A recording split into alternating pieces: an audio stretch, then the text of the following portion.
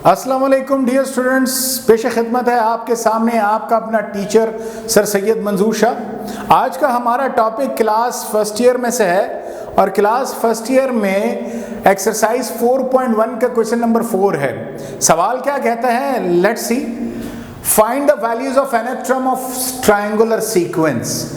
Triangular sequence की nth term की values को मालूम करना है डियर स्टूडेंट्स, जबकि एन हमारे पास डिफाइन किया गया है 7, 9, 12 और 16। यानी अगर एनेट्रम 7 होगा देन ट्रायंगुलर सीक्वेंस की वैल्यू क्या होगी, अगर एन 9 होगा देन ट्रायंगुलर सीक्वेंस में होते हुए रहते हुए वैल्यूज क्या होगी।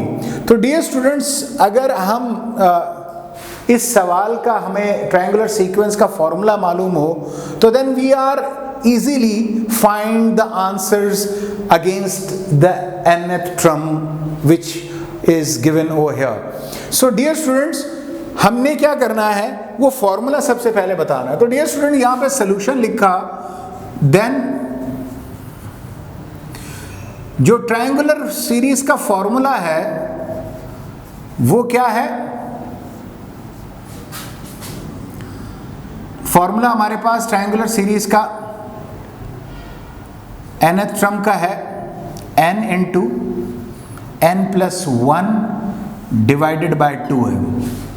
क्या है, n into n plus 1 divided by 2। So dear students, हमने आपको बताया कि फॉर्मूला हमारे पास क्या है, ये है। थोड़ा सा जरा इसको डार्क करते हैं। ये nth term n into n plus 1 divided by 2। Dear students, ये ट्रायंगुलर सीक्वेंस में एनेट्रम को मालूम करने का फॉर्मूला है। अब डियर स्टूडेंट्स, n हमारे पास क्या है 7, तो हमने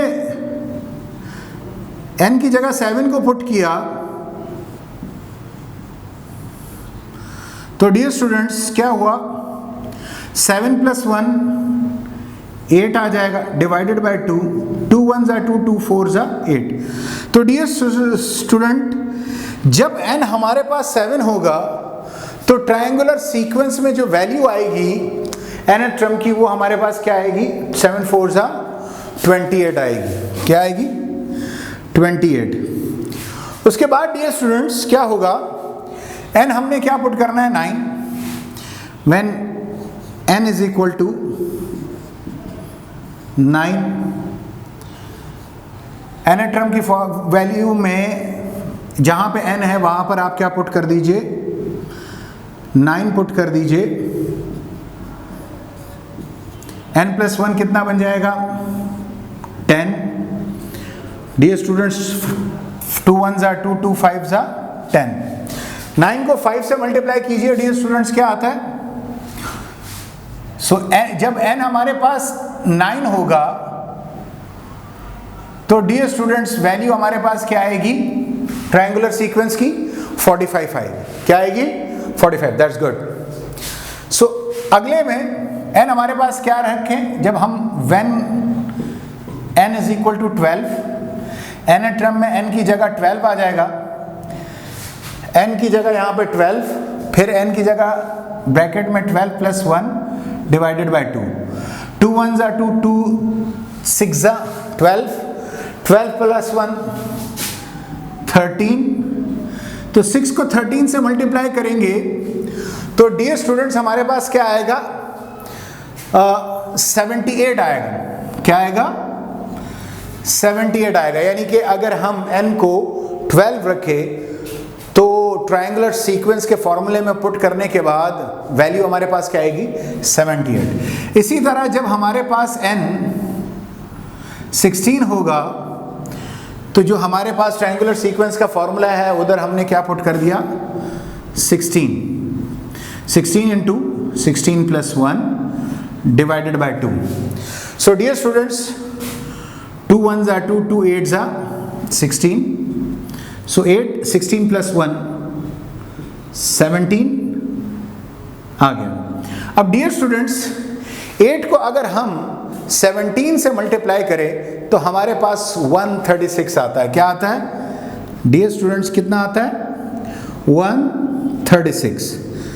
तो डियर स्टूडेंट्स, ये हमारे पास जो गिवन n थे, उन n के अगेंस्ट हमारे पास ये क्या आ गई, जो वैल्यूज आ गई। इन सबको मैंने ब्रैकेट में बंद कर दिया। मैं यहाँ पे भी इनको क्या कर देता हूँ, A7, A9, A12 and A16। A7 हमारे पास कितना है, 28। A9 हमारे पास 45, A12 हमारे पास 78 आया, और A16 जो है वो हमारे पास 136 आया। क्या आया है, 136 आया। तो डियर स्टूडेंट्स, ये टोटल हमारे पास जो n दिए थे और n की जगह वैल्यूज मांगी थी ट्रायंगुलर सीक्वेंस के फॉर्म में, वो हमारे पास ये आ गए। ये हमारा आंसर है। डियर स्टूडेंट्स, उम्मीद करता हूँ कि ये सवाल आपको बहुत ही बेहतरीन तौर पर समझ में आ गया होगा।